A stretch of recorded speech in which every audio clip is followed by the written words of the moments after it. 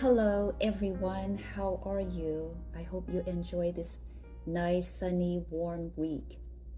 Tonight, I pray that the Lord of love and peace be with us all, and may we not forget His grace and mercy on us, and may His protective arms surround us and keep us safe.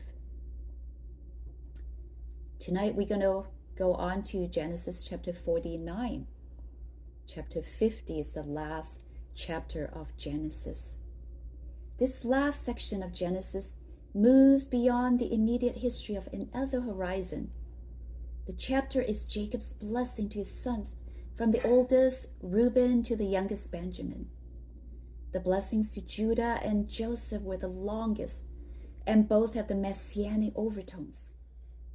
The blessings not only convey the hope of the promised land, but at the end of the blessing, you'll notice the 12 sons were identified as the 12 tribes of Israel. Thereof, Jacob's blessings to his sons were actually a type of prophecy about the future destiny of each tribe of Israel. And then, after the blessings were said and done, Jacob again commanded his sons to bury him in Canaan, the cave of Machpelah, where Abraham, Sarah, Isaac, Rebekah, and Leah were buried. And that denotes in his deathbed, Jacob still remembered and believed in God's promise to Abraham, Isaac, and himself, that God will give his sons and daughters the land of Canaan, and it will become a great nation, and all people on earth will be blessed through him. Now let's read verse 1. Then Jacob called his son and said, "Gather yourselves together, that I may tell you what shall happen to you in the days to come. Assemble and listen, O son of Jacob, listen to Israel, your father." Jacob beckoned his sons to gather around him and to listen to him, because he was going to prophesy, to tell them what would happen to their descendants. Jacob prophesied with God's providence before him in prophetic vision, like a film being unrolled.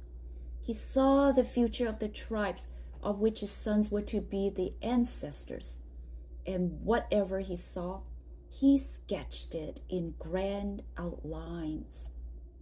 He revealed what would happen to his sons' descendants. Jacob speaks to them one by one, from Reuben to Benjamin. He blessed them, giving each the blessing appropriate to him. And that means the words can only apply to the tribes as Jacob viewed them. Let's start with Reuben, verse 3. "Reuben, you are my firstborn, my might, and the first fruit of my strength, preeminent in dignity and preeminent in power, unstable as water. You shall not have preeminence, because you went up to your father's bed. Then you defiled it. He went up to my couch." Although Reuben had excelled in honor and dignity and power because of his firstborn status, but in the future he will no longer excel. The given reason is that he defiled his father's bed. He dishonored his father by sleeping with his father's concubine, Bilhah. Jacob's prediction for Reuben came true. No judge, no prophet, no ruler, no prince came from that tribe, nor any person of renown, except Dathan and Abiram, who were noted for their rebellion against Moses. Reuben's tribe chose a settlement on the other side of Jordan, a further indication of the loss of godly influence on his brothers to which his birthright entitled him. Reuben's tribe became small and non-influential. Further, Reuben was unstable as water, it says. And in this phrase, we find several lessons for all Christians. For one thing, Reuben's virtue was unstable. He didn't have control of himself and his own appetites. The charge of instability could refer to his being sometimes very regular and orderly, but why at other times wild and undisciplined. As Christians, we are to be in control of our flesh and its appetite and desires at all times. Most importantly, we are to be steadfast in our faith and not tossed to and fro and carried about by every wind of doctrine. Now let's move on to Simeon and Levi. Verse 5. Simeon and Levi are brothers. Weapons of violence are their swords. Let my soul come not into their counsel. O my glory, be not joined to their company. For in their anger they killed men, and in their willfulness they hamstring oxen. Cursed be their anger, for it is fierce, and the wrath, for it is cruel.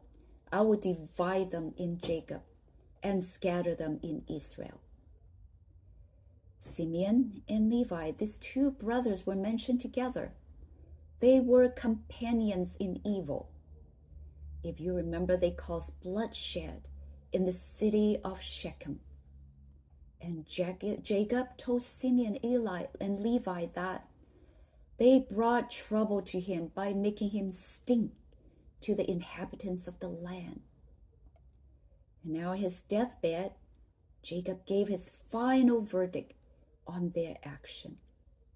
The two tribes of Levi and Simeon would not have their own portion in the inheritance of the land.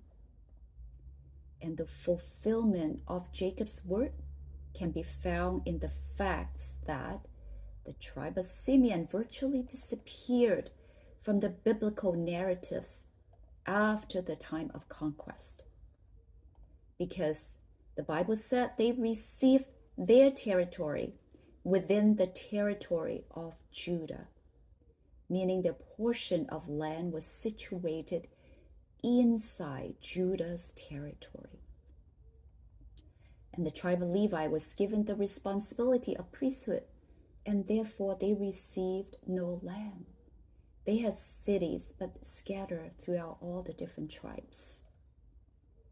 And now the blessing for the fourth son, Judah. Judah, your brothers will praise you. You will grasp your enemies by the neck. All your relatives will bow before you. Judah, my son, is a young lion that has finished eating its prey. Like a lion, he crouches and lies down, like a lioness who dares to rouse him. The scepter will not depart from Judah, nor the ruler's staff from his descendants, until the coming of the one to whom it belongs, the one whom all nations will honor. He ties his foal to a grapevine, the colt of his donkey to a choice vine. He washes his clothes in wine, his robes in the blood of grapes. His eyes are darker than wine, and his teeth are whiter than milk. Well, we know from the previous chapters that Judah was not a complete exemplary character. He suggested a profit motive in getting rid of Joseph. He did not deal faithfully with his daughter-in-law Tamar, and he had sex with her as a prostitute.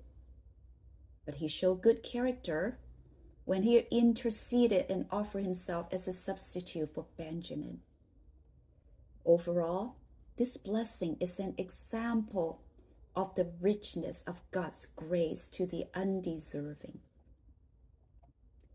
In a powerful way, this prophecy over Judah is a description of Judah's greatest descendant, Jesus Christ. The dying patriarch Jacob was speaking of his own son Judah, but while speaking of Judah, he had a special eye to our Lord Jesus, who sprang from the tribe of Judah. Everything, therefore, which he says of Judah, the type he means with regard to our greater Judah, the antitype, our Lord Jesus Christ. This is according to the theologian Spurgeon.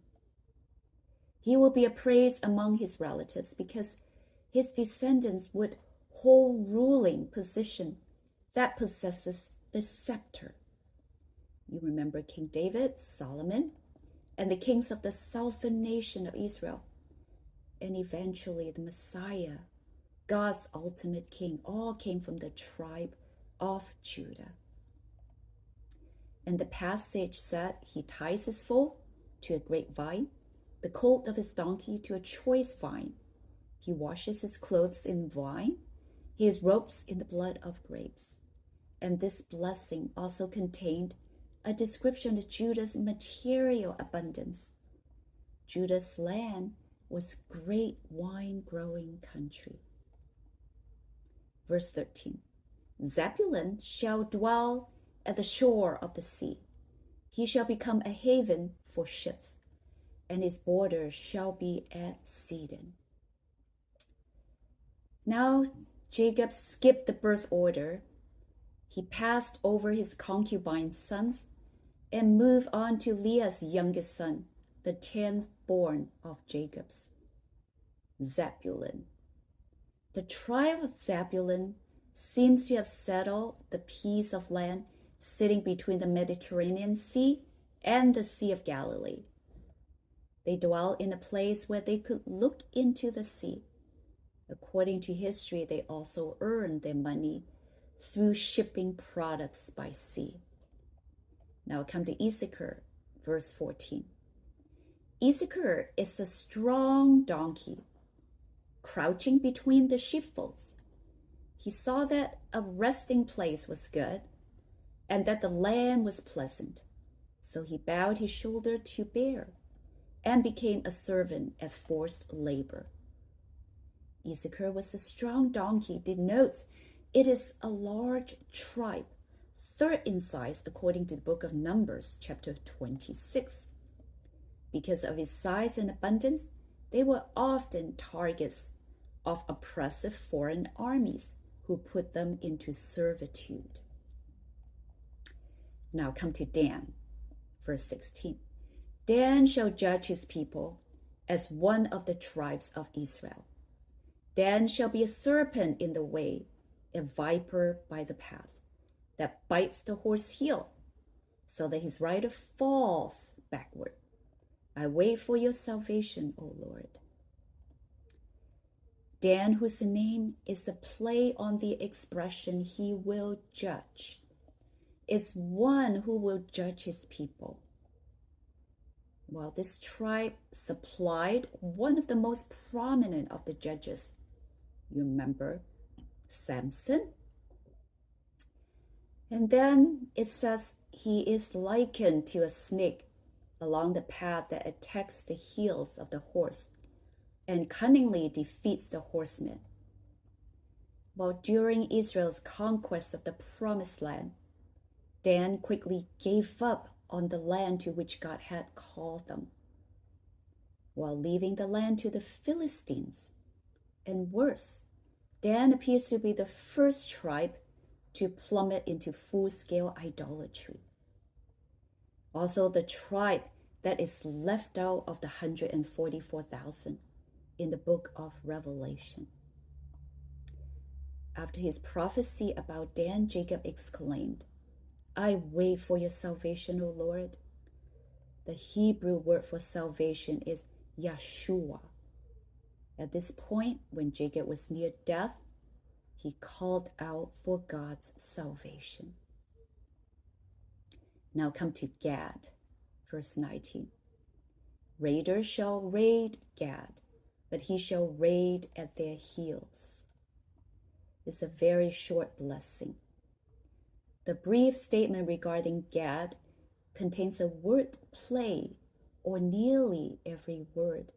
Gad will be attacked by a band of raiders, but he will attack them at the heel. The tribal territory of Gad in the region of Gilead to the east of the Jordan River made them susceptible to attacks from raiders. Jacob anticipated that the Gadites would skillfully defend themselves. Asher, verse 20. Asher's food shall be rich, and he shall yield royal delicacies. By settling along the coastal plain of Akko, the tribe of Asher will prosper through both agriculture and maritime trade. Naphtali, verse 21. Naphtali is a doe let loose that bears beautiful fawns.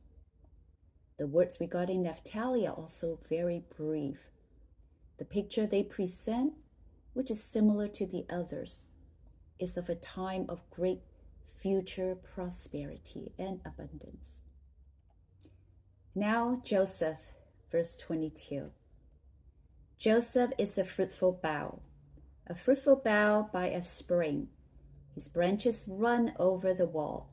The archers bitterly attacked him, shot at him, and harassed him severely. Yet his bow remained unmoved. His arms were made agile by the hands of the mighty one of Jacob. From there is the shepherd, the stone of Israel. By the God of your father who will help you, by the Almighty who will bless you with blessings of heaven above, blessings of the deep that crouches beneath, blessings of the breasts and of the womb. The blessings of your father are mighty beyond the blessings of my parents, up to the bounties of the everlasting hills. May they be on the head of Joseph and on the brow of him who was set apart from his brothers. He says, Joseph is a fruitful bough. This was both a description of Joseph's life and a blessing concerning his descendants. This fruitful branch is located by a spring, meaning Joseph had a deep and real relationship with God. Therefore, God blessed him greatly. The archer bitterly attacked him, shot at him, and harassed him severely, but he was still a fruitful branch. This was because his arms were made agile by the hands of the mighty one of Jacob. So it is God's hand that were on Joseph's hands, giving him strength and skill to work on the bow expertly. God was there, even when Joseph didn't know it. God is described here as the mighty one of Jacob, the shepherd, the stone, God of your father, the Almighty. And Jacob offered various blessings to Joseph from God. Blessings of heaven above, blessing of the deep, blessing of the breast and of the womb, and the blessing of Joseph's father. He described the blessing would be greater than Abraham and Isaac. Jacob was alluding specifically of the promised blessing from God. Now the last son, Benjamin, verse 27. Benjamin is a ravenous wolf, in the morning devouring the prey, and at evening dividing the spoil. While Benjamin tribe had a reputation for fierceness, we can get example of his fierceness from Judges, chapter 3, verse 15, of the judge Ehud. And we could also get example from 1 Samuel 9:1, 14:47 to 52. King Saul. King Saul came from the tribe of Benjamin. And then in the New Testament, Acts 8:1-3, talking about Apostle Paul. Apostle Paul also came from the tribe of Benjamin. Now the blessings are done. It moves on to Jacob's death and burial. Verse 28. All these are the 12 tribes of Israel. This is what their father said to them as he blessed them, blessing each with blessings suitable to him. Each son of Jacob will become a tribe, and Jacob's blessing or prophecy had described each of their own calling and destiny.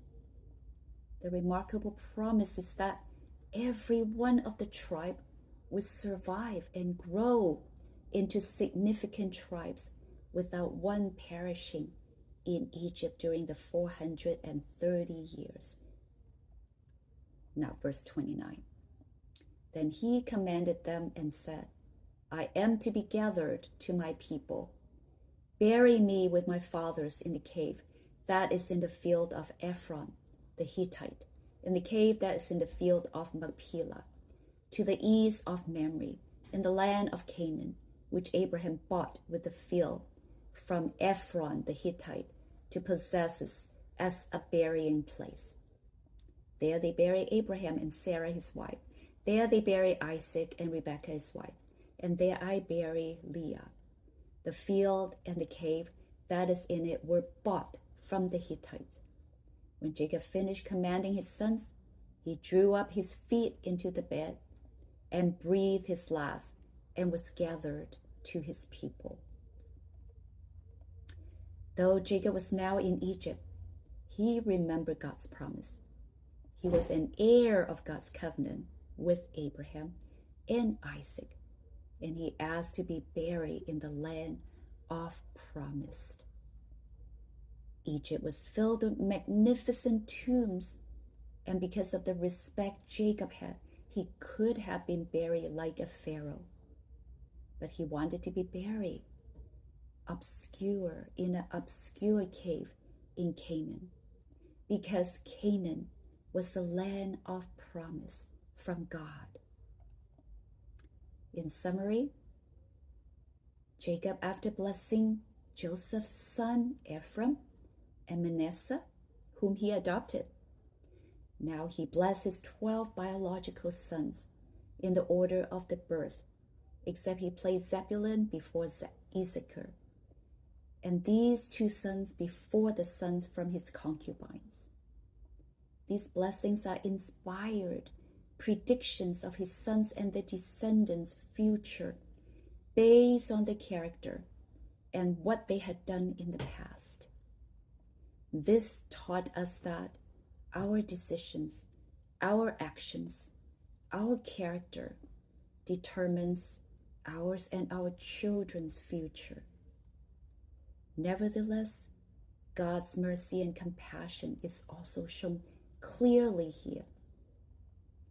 Regardless of the 12 sons' flaws and imperfection, every single one of the tribe flourished and get to enter the promised land. They are fulfilling God's promise to Abraham, Isaac, and Jacob. Jacob predicted preeminence of his two sons, Judah and Joseph. Shows God sometimes choose certain individuals among others to fulfill his plans, not because they are more loved. It is because of their relationship with him that strengthens their character. They are humble, they are self-giving, and they have wisdom from God. Happy Sabbath. Wish you all have a wonderful, wonderful week.